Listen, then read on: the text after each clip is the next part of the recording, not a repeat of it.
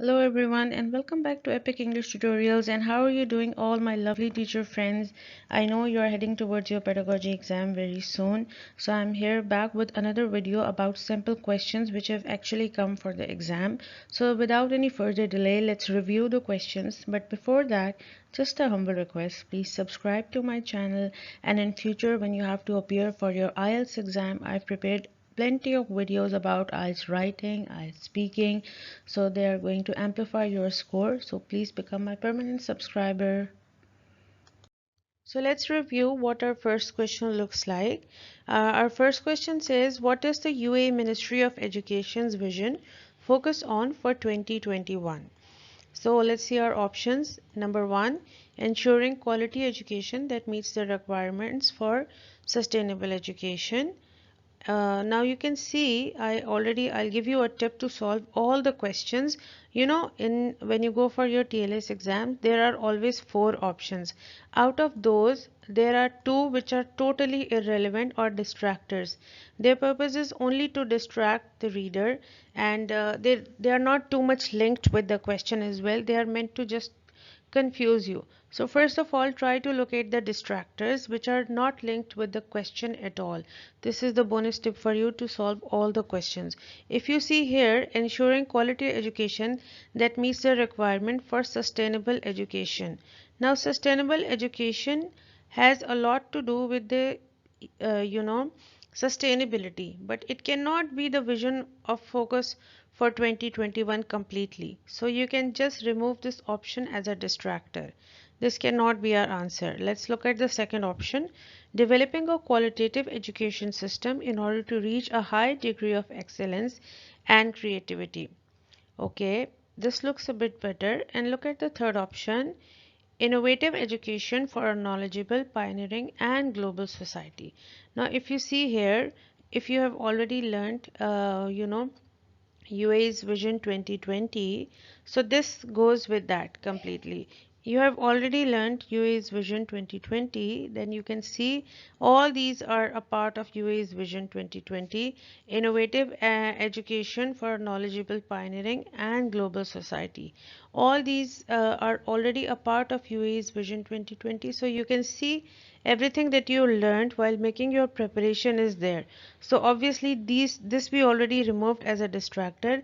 This was a close option, but this one seems to be picture perfect because this is from the learned material that you've already learned, UAE's Vision 2021. In my previous video also I explained that you can just learn UAE Vision 2021, and then questions like this won't be a problem. Obviously whatever is Vision 2020 will be the vision, part of the vision for 2021. So that's why this is our right option. I'll choose a lighter color to highlight this.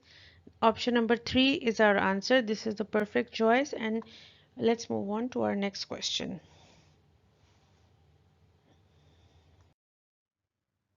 Let's move on to our next question. Your question is, which of the following statements regarding the stability of individual differences is the most valid? Now, from the question you see, they're asking you all statements are there. You have to pick the most valid, which is the most appropriate regarding the stability of individual differences. Okay, so let's review the options. The stability of individual differences in cognitive traits is greater than the stability of individual differences in emotional traits. Option number 1 says that the differences in cognitive traits is greater. They are greater than the stability of individual differences in emotional traits. Let's look at the other option. The stability of individual differences in emotional traits is greater than the stability of individual differences in cognitive traits.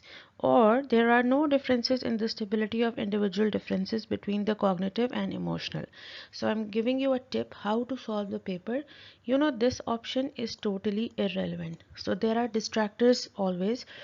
Remove the distracting option first. So this is totally irrelevant. You are going to remove it. Now from these two you have to pick. While picking options, understand the question and keep in mind that what is more relevant from the material that you've learned. Now you already know that Cognitive differences are immeasurable, you cannot measure them, okay, and they vary massively. So obviously emotional differences are, you can spot them and you can pinpoint them, okay, and you can stabilize them. But cognitive differences are, totally abstract, you cannot see them. So that's why they vary massively. So that's why this option is correct, whereas this option is not correct also. So you can easily make out that okay, this is the correct option, because if you see, cognitive traits are in mind, you cannot see them, you cannot touch them, it's an abstract concept, okay. So they vary massively and they are not spottable, you cannot spot them, whereas emotional differences can be seen. You can see okay, this person has a clash of opinion and you can settle them. So that's why they can be settled, but these differences cannot be firstly identified. That's why they are greater than the stability of individual differences in emotional traits. So I hope it's clear to you that how to find your answer. Let's go to the next question, which says, what's the primary goal of effective classroom management? And let's look at our options. It says to provide an environment in which students can reach their potential regarding learning, development, and progress, or to help students acquire self-discipline and respect for others, or to provide equal opportunities for students to learn. But you see, which is the most appropriate for all? For classroom management, it's not only the only purpose to provide equal opportunities for to learn. So you can easily make out that this is the wrong option, because if you look at the purpose of classroom management, it cannot have one small purpose to provide equal opportunities for students to learn. If you look at the second option, to help students acquire self-discipline and respect for others. You don't maintain class discipline only for your students so that they can acquire self-discipline and respect. You have other aims too. So you can easily make out that this is the wrong option. If you look at this option, to provide an environment in which students can reach their potential regarding learning, development, and progress. You see, this has the most opportunities. From these options, option number one has a lot of options which are the purpose of classroom management. All these reasons are a reason that you maintain classroom discipline so that you can provide an environment in which your students can reach their potential regarding learning, development, and progress. So obviously this is your right answer. I hope it's clear to all my teacher friends. So let's move on to our next question. Okay, so we have another question which says, which of the following statements best describes the concept of the knowledge economy? Okay, so an economy based on e-learning. So what's knowledge economy? It's an economy which is based on e-learning. Okay, an economy based on globalization, or an economy based on creating and managing knowledge. Now let me give you a tip. First I told you there are always distractors in the question. Now, knowledge economy has not only one thing to do with e-learning. Knowledge economy is a vast concept and it cannot only focus on e-learning. So first you remove this distractor. An economy based on globalization. Okay, but knowledge economy does not have one purpose only. And you see, an economy based on creating and managing knowledge. Because this is knowledge economy, obviously it's going to be related to knowledge, managing knowledge. And you see both keywords, identify the keywords in the question. Our keyword here is knowledge economy, and it's here also, and it's there in your answer also, and they are interrelated. It completely describes the question that it's an economy based on creating and managing knowledge. So this is your right answer. Other two are just the distractors for you. Try to figure out the distractors, because keywords, identify the keyword is knowledge. Knowledge is here in this answer also, knowledge is available in the question also. So obviously they are linked. This answers to the question and it makes sense as well. So this is how you can figure out your answer. I hope it helps you. The technique is going to help you a lot when you are doing the exam. Remove the distractors and see what are the keywords in the question, and they are also available in the answer, but it makes sense as well.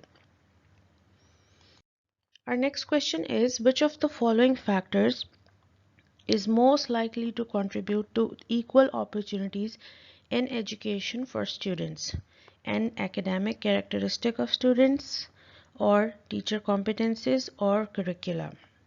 If you remember in the standards, there were questions about curriculum. So let's look at the question. Which of the following factors is most likely to contribute to equal opportunities, okay, in education for students? So you see, academic characteristics of students. I told you remove the distractors. If you see this is totally an irrelevant option, because academic characteristics of students differ, okay, and they have nothing to do with the curricula. Teacher competencies are somehow linked, but basically when you design curriculum or the curricula, what happens? This is the key factor which contributes to equal opportunities in education for students, because when you're designing your curriculum, you keep the high achievers in mind, you keep the average achievers in mind, and you keep the slow learners in mind. So high achievers, average achievers, and slow learners are kept in mind while designing the curriculum. Remember this. So that's why you design activities which cater to all categories of learners.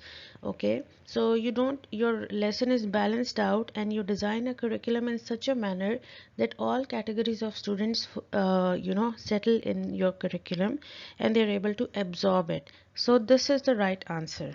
This is how you make out your answer, that while designing a curriculum, you have to, this factor contributes to the equal opportunities for education in education for students. So this will be your right answer. Let's look at another question.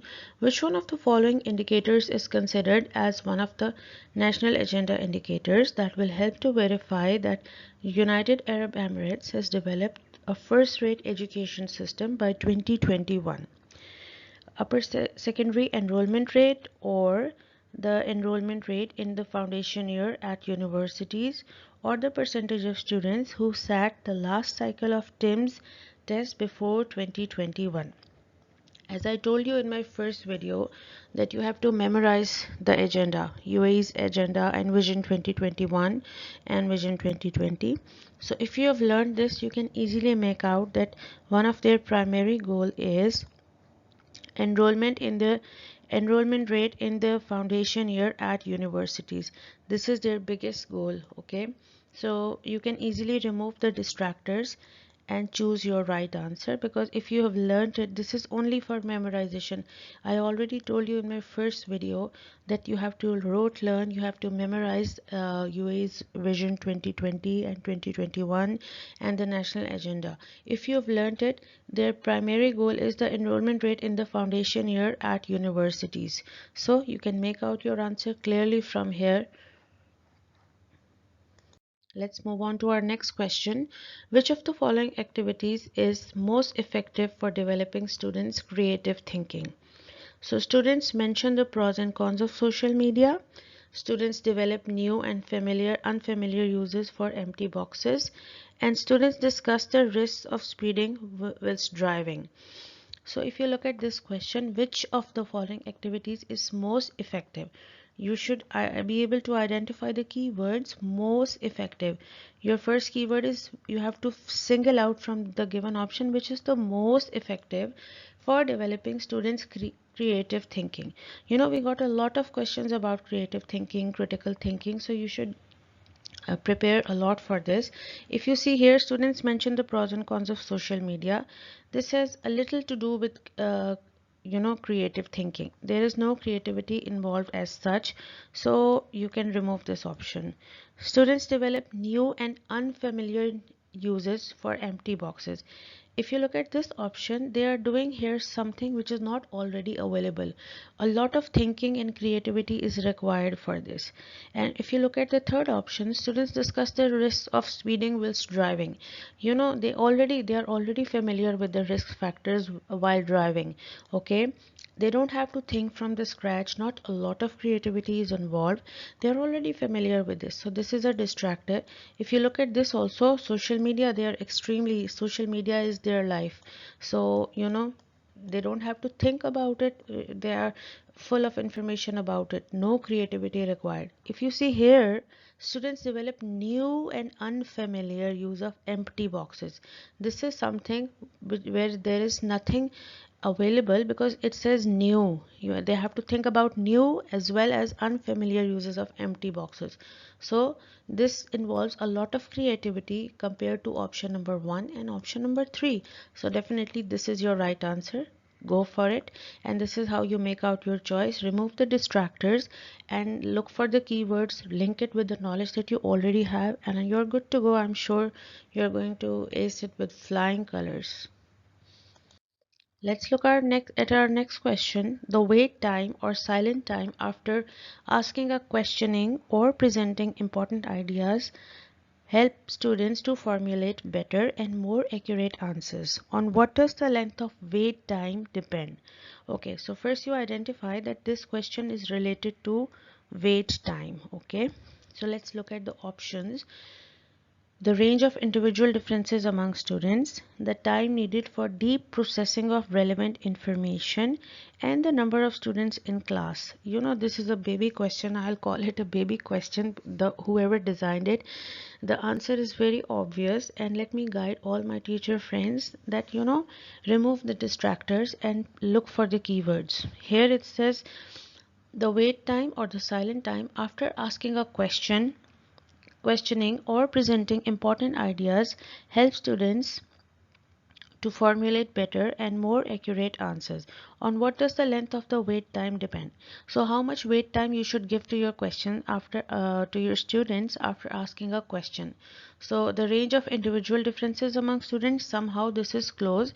You can see that, oh, some are slow learners, some are very prompt. So keeping the learners in mind, how much time should I give? Or the time needed for deep processing of relevant information, or the number of students in class. Firstly, remove this option. This has nothing to do with the number of students in class. No matter you have 30 students, 20 students, or 10 students, this has nothing to do with it. Basically every question you ask your students, hardly it needs, okay, you are giving a silent time of 1 minute. Depending on a hard question, you can give them a silent time of 2 minutes or 3 minutes, or whatever. So it has nothing to do with the number of students in class. Okay, the range of individual differences among students, this is a bit length, but if you see here, the time needed for deep processing of relevant information. If I'm asking a hard question which needs a lot of time, like think about the new uses of empty boxes, which has never been done before. So I obviously know that they need a lot of time to process this relevant information. So I say, okay, take your time for 5 minutes and discuss amongst your group members and then come up with solutions for this problem. Okay, so this depends on different tasks, the time needed for the deep processing of relevant information. If I'm just asking a one word answer that, okay, tell me the synonym or a similar word for upset.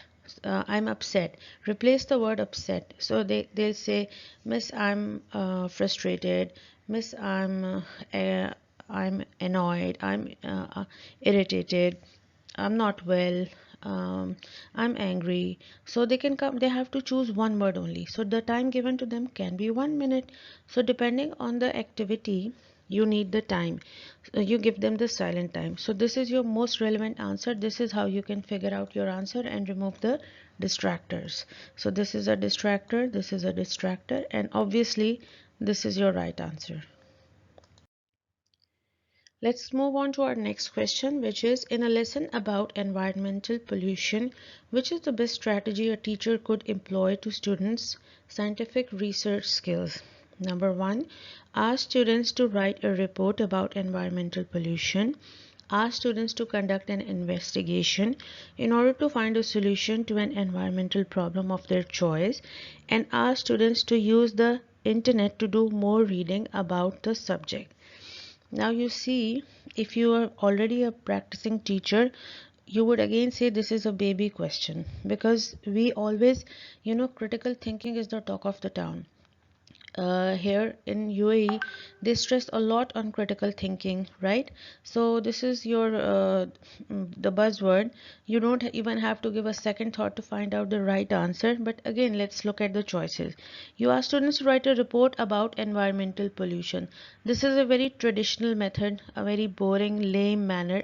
So remove it. Okay, this would not be an easy question. A good option to go for, because if you look at the question in a lesson about environmental pollution, what is the best strategy? You have to single out the best strategy which is most suitable for your students, keeping the standards and the vision 2020 in mind. A teacher could employ to help students develop scientific research skills. So if you just ask them to prepare a report, this seems to be like, 19th century method. So you're totally going to reject it. If you look at the third option, ask students to use internet to do more reading about the subject. This is just spoon feeding, right? And we don't promote spoon feeding. We don't tell our students go to the internet, copy paste and come back. This is not appreciated at all, so this is remove it. This is something which involves critical thinking. Ask students to conduct an investigation in order to find a solution to an environmental problem of their choice. First they have to single out the problem. It involves a lot of creativity. They'll select this problem. Maybe first they go for three options, then from those three they'll single out one option, and then they'll find its relevant solutions because of a lot of critical thinking involved. So this is the one which is the most relevant answer. Remove the distractors, and this is your right option. If you're a practicing teacher, then it's very easy for you to figure out. Okay, so that was a short video for today that I made for all of my teacher friends. The next video will be uploaded tomorrow for sure with 10 or 15 questions more. Let me know in the comments below if it's helping you or not, if this video was helpful to you. And let me know what are the other factors that you want to know, that you want me to make videos on. I have a lot of material, and I can upload slideshows every day. And if you want me to help you in live stream by answering questions in a live session, also let me know about that. I would love to hear from you, and please drop some comments about how you find this video. It involves a lot of energy and hard work as well as time, and I would appreciate if you become my permanent subscribers. Best of luck. I hope you all pass with all your effort and energy involved. I wish you the very best of luck. I'll see you in my next video. So don't forget to subscribe to Epic English Tutorials. Thank you so much for watching. See you.